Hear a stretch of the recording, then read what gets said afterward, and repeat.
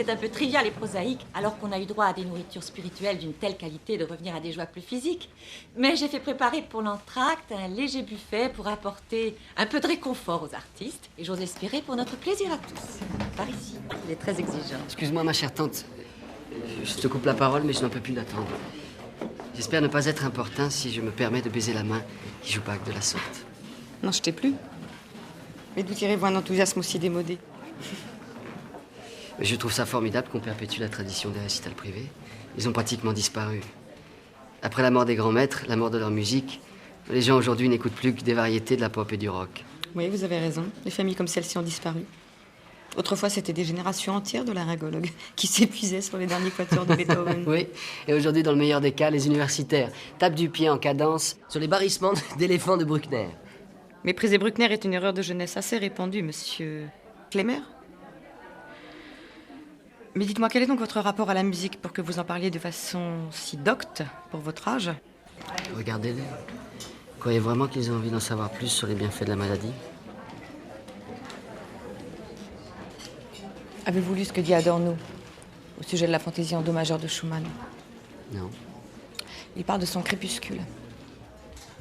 Ce n'est pas le Schumann que toute pensée a déserté, mais le Schumann juste avant. Un cheveu avant. Il sait bien qu'il est en train de perdre la tête. Il en souffre au plus profond de sa chair, mais il s'agrippe une dernière fois.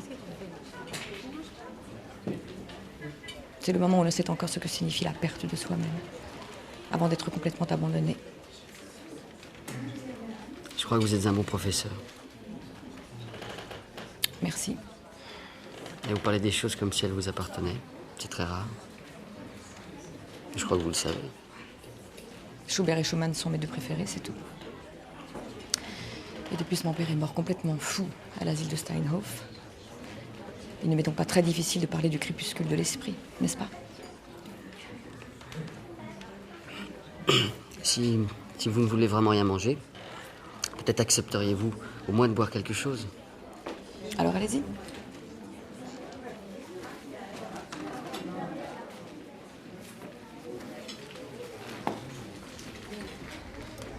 Il faut vraiment mériter ce qu'on mange ici.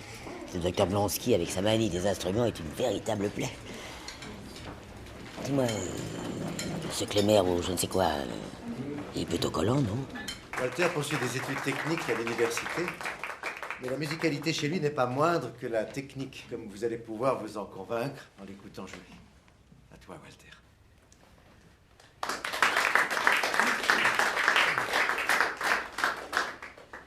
Mon oncle a exagéré de façon éhontée. Après la magnifique performance du professeur Coit, je me sens doublement dilettante. En fait, j'avais l'intention de jouer l'opus 33B de Schoenberg. Comme ça, mes fausses notes auraient eu plus de chances de passer inaperçues. C'est pas très drôle, je sais. Mais pendant l'entracte, j'ai discuté de la maladie et de la folie chez Schubert et Schumann. Et cette discussion m'a beaucoup impressionné. J'ai donc décidé de laisser tomber Schoenberg et de jouer à la place mon morceau préféré de Schubert, le scherzo de la sonate en la majeur.